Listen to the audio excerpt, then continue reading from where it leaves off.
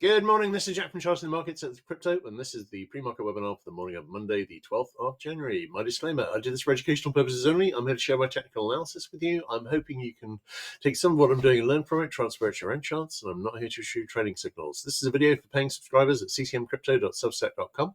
It's published on YouTube after a delay of 3 days. All right, very little is happening here. I think in terms of we're managing to stay over the on Bitcoin, we managed to stay over the 50 DMA and we managed to stay over the daily middle band.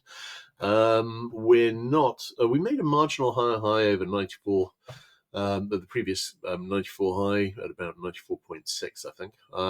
And that may be all we're going to get. I think we're waiting for equities to turn, and I think equities are, if it's going to turn, getting pretty close to that now. So I'm thinking we could fall almost any time. Maybe a little higher would be nice. No current signals. In terms of Solana, we are at 139.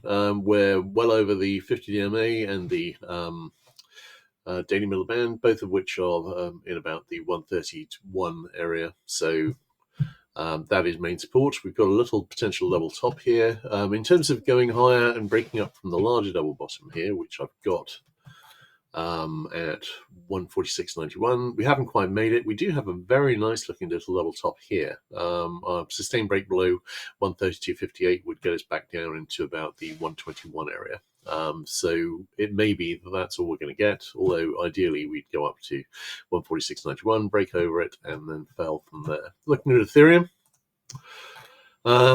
again on the daily chart, we are holding over the daily middle band just, and the 50 DMA just, both basically double support in about the 30-50 area. In terms of the flag there, I was wondering if this was a triangle, and this wouldn't make a great flag, but it wouldn't make a bad triangle. So in which case, we would need presumably to go down towards this support here in the 2900 area next. Not a lot to see, not a lot of signals. This has been very, very, very quiet. But I think this is probably waiting for equities to turn. We hit another milestone on equities on Friday when we hit another target, rather, when we hit the new all-time high on IWM.